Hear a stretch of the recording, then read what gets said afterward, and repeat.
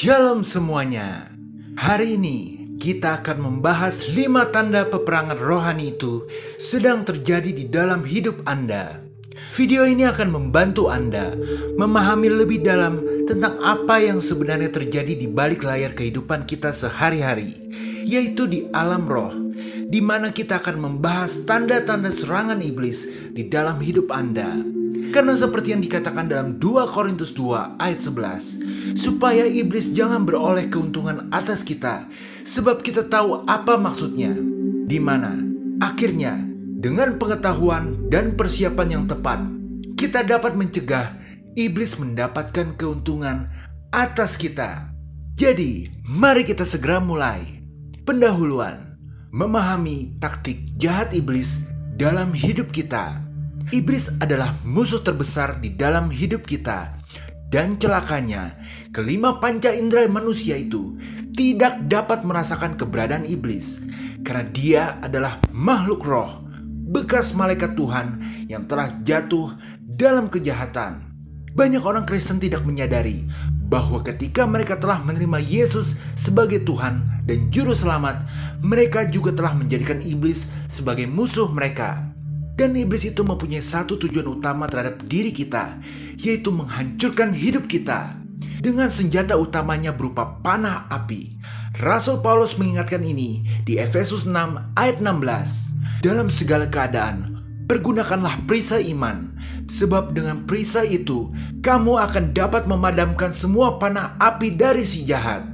Mengapa memakai istilah panah api? Karena di masa lalu, maksud seorang prajurit menembakkan panah api adalah untuk menjatuhkan musuhnya. Ini sama persis dengan maksud iblis terhadap Anda. Iblis akan terus berusaha menjatuhkan Anda. Pada dasarnya, setiap dari kita sebagai orang Kristen adalah target dari panah api iblis. Karena Yesus sendiri sebagai kepala kita juga mengalami serangan, termasuk yang terkenal ketika mengalami pencobaan 3 kali saat di padang gurun. Iblis memiliki berbagai jenis serangan panah api yang sangat beragam, yang dapat ditembakkan sesuai kebutuhan dia. Sungguh jahat. Melalui Alkitab, kita akan merangkumnya menjadi 5 tanda utama yang mencakup berbagai jenis serangan panah api dari sang penipu ini. Mari kita pelajari bersama. Tanda 1. Panah api iblis bisa mendorong Anda untuk berbuat dosa. Serangan iblis akan mengacaukan pikiran Anda. Iblis akan berusaha mempengaruhi pikiran Anda agar pada akhirnya Anda mau melakukan dosa. Serangan iblis tak hanya mengacaukan pikiran, tapi juga menipu dengan kedok kebaikan, menjerumuskan Anda ke dalam dosa tanpa disadari.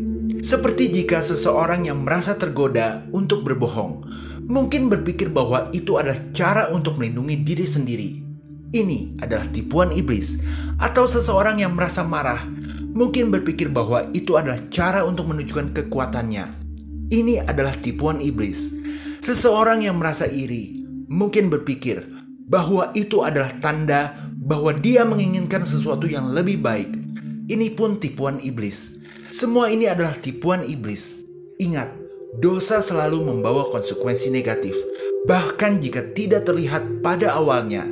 Di dalam Alkitab, kita dapat melihat berbagai contoh serangan iblis. Ini berhasil membuat mereka jatuh ke dalam dosa. Seperti saat Yudas mengkhianati Yesus. Lukas 22 ayat 3. Maka masuklah iblis ke dalam Yudas yang bernama Iskariot, seorang dari ke-12 murid itu. Atau saat Ananias dan Safira mendustai Roh Kudus. Kisah Para Rasul 5 ayat 3. Tetapi Paul Petrus berkata, Ananias, mengapa hatimu dikuasai iblis, sehingga engkau mendustai Roh Kudus dan menahan sebagian dari hasil penjualan tanah itu?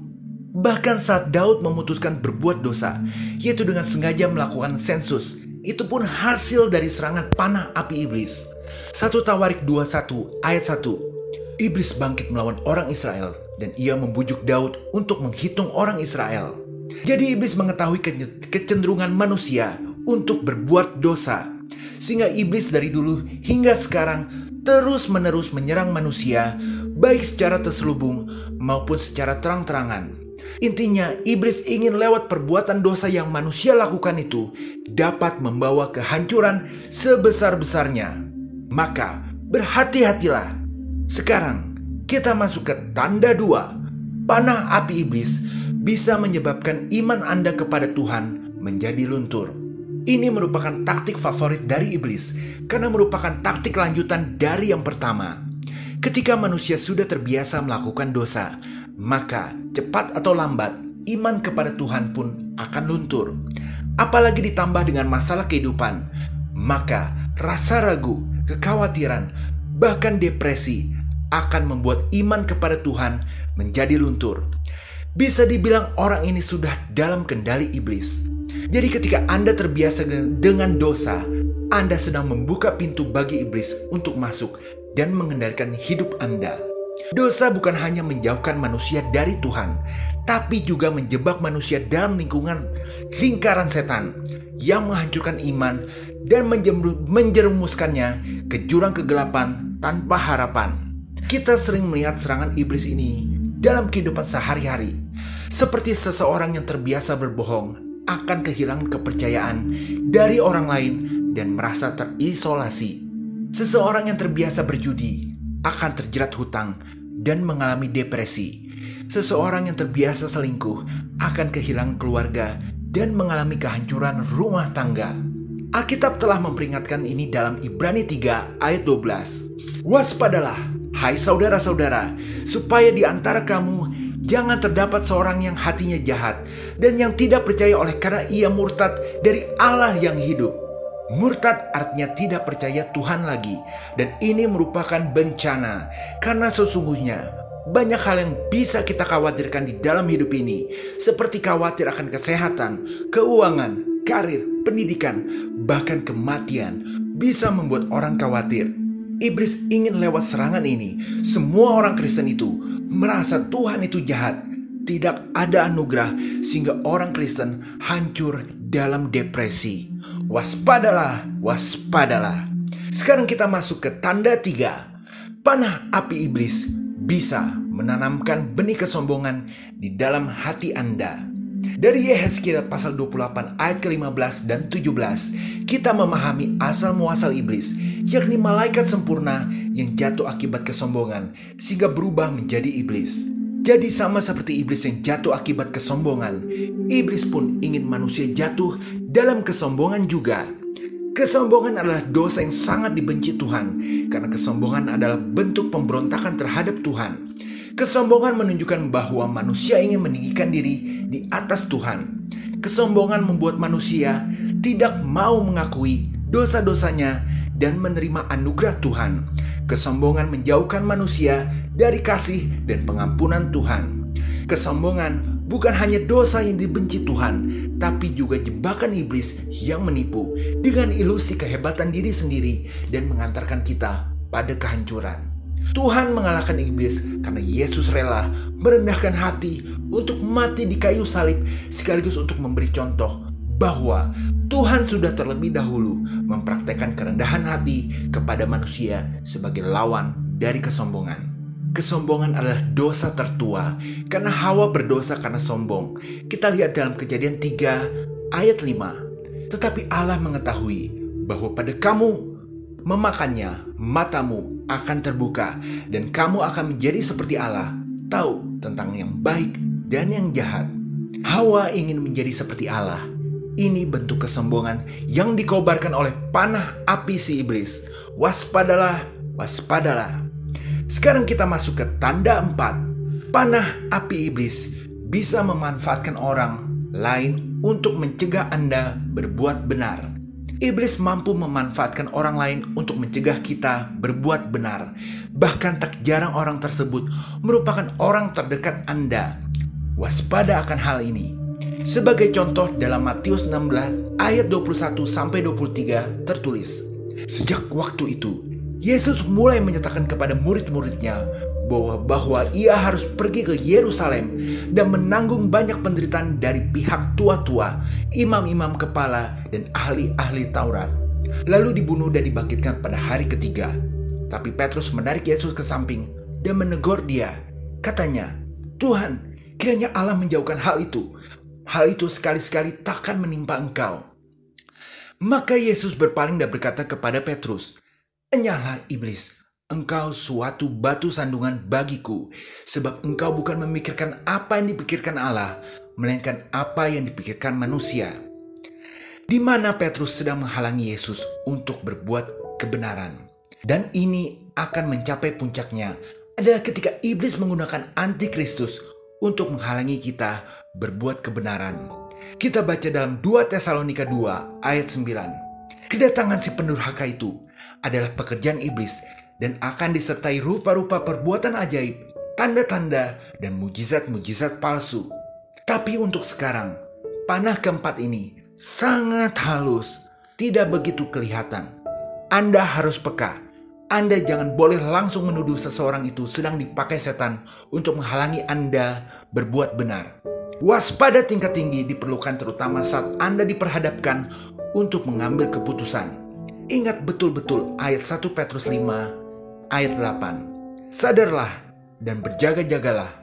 Lawanmu si iblis berjalan keliling sama seperti singa yang mengaum-ngaum dan mencari orang yang dapat ditelannya. Mungkin mudah bagi kita untuk melihat pekerjaan setan. Bagi orang yang menipu kita, yang jahat, yang pelit, yang menganiaya kita. Tetapi terkadang kita harus berusaha melihat hal-hal yang tampaknya baik, tetapi ternyata ada panah iblis di sana. Waspadalah, waspadalah. Sekarang kita masuk ke taktik musuh terakhir, yaitu tanda 5. Panah api iblis bisa membuat Anda terpengaruh oleh ajaran yang sesat.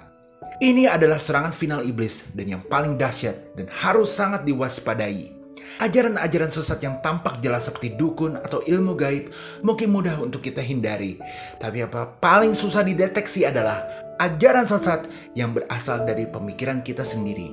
Iblis dapat membuat kita terpesona dengan pemikiran kita tanpa kita sadari sebenarnya itu melenceng dari kebenaran firman Tuhan.